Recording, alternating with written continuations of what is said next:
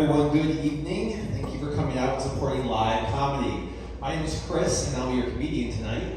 I'm originally from Michigan. I've lived here about 7 years, but it only took me 6 months to say my first y'all. And now I say it all the time. Sometimes I even say all y'all, which is just y'all squared. But I'm not the only one that's moved to Chattanooga. So many people are moving here. It turns out we were ranked the #1 city for remote work, and when COVID hit, everyone came here. But we are not the only city in Tennessee with a record. No, we're not. There's also Nashville. Nashville is, of course, very famous for music. It's a wonderful city. I love going there. But Nashville has another record you may not know about. Nashville has the record for most blowjobs performed by one person in a single day. It's true. 249 blowjobs to completion with no protection. When I heard this story, I was shocked. I was horrified. I was disturbed. 249 blowjobs. Why didn't she just do one more? Right? I mean, go for that nice round number, 250. Like 249 blowjobs. Where's the work ethic? You know, that just sounds like laziness. Where did they find the guys for this? You know, like they put an ad on Craigslist, like, you know, free blowjobs, come to the creepy building behind the Kinkos, you know?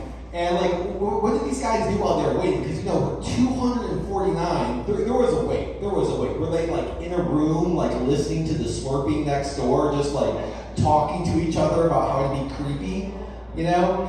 And then like, when she quit, you know, they had to have more guys than 249. They had to have some waiting. So they had to go in that room. They had to say like, I'm sorry guys, it's not gonna happen today. Like, can you imagine being those guys that waited? Like one's like, oh my God, I've had to think about feet for 3 hours just to stay ready for this. And the other one's like, oh my God, I showered today. But so she actually had a fluffer. She had a fluffer. If you don't know what a fluffer is, it's someone who gets the person ready for the headliner. So I feel bad for this woman because she essentially had to give 249 blowjobs too. In fact, she might have been given 250. She might have been blowing Mr. 250 when the headliner called it quits. But did she get the world record? No. Did she get her name in the paper? No. Did she get to make her parents proud? No. All she got was strep throat. It's true. It's true. So, ladies, next time your husband or boyfriend asks you for a blowjob, just one, I want you to remember this story and tell him to go find that woman. She needs to do one more. Thanks for coming out and braving COVID, although it's pretending to go away again. I'm thankful that we have the drug companies working to protect us. But they run these commercials that are a little weird, right? A little weird. They always show something that has nothing to do with the drug. That's the commercial. Like it's someone playing golf in an ad for bladder control, because that makes sense. You know, they should really show something that's topical to the drug. Like if you have IBS, show someone sitting on a toilet, not in a water park, because that's gross. And like for Viagra, they should show someone like, I don't know, maybe just two people in bed crying. You know, that would make sense. But there's a new drug, I saw a commercial for it. It's called Jardiance, and it's for diabetes.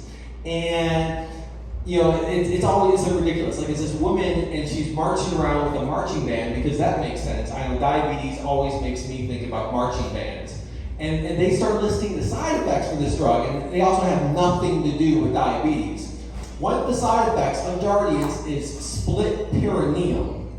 I'm sorry, what? I have questions. What does your perineum have to do with diabetes, and why does taking Jardiance make it split? You know, the commercial ends with, ask your doctor about Jardiance. And I feel like I need to do that. Be like, hey doc, tell me about Jardiance. He'd be like, son, do you have diabetes? I'm like, no, I just kind of really need to know why it splits your perineum. And like, how did that clinical trial go? Like, the researcher is like interviewing the patient, and they're like, so ma'am, has there been any side effects? She's like, what do you mean? You know, like anything out of the ordinary, anything strange, anything? Yeah, like anything weird going on. Like, well, you know that spot between my J and my A? Well, I don't know how to say this. I used to have 2 holes. Now I just have 1 long hole. Oh yeah, we know about that. That happens all the time. It's really common. Wait, what? You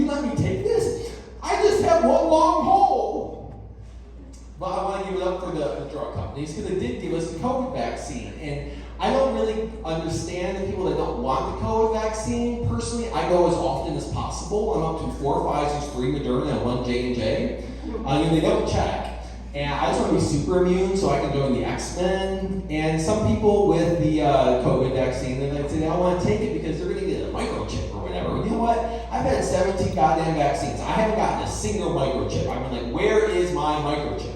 I want to be a cyborg. I want to be able to, like, hack ATMs. I want to be able to, like, steal the nudes off all your phones. You know? But, like, no microchip for me. All right, so it's almost my time, and I want to leave you with one more joke, and it's actually the stupidest good joke I've ever written, like the best joke. It's a total dad joke. I've never performed it before, so here you go. Why did the lion get divorced? His wife was a cheetah. Thank you very much for having us here.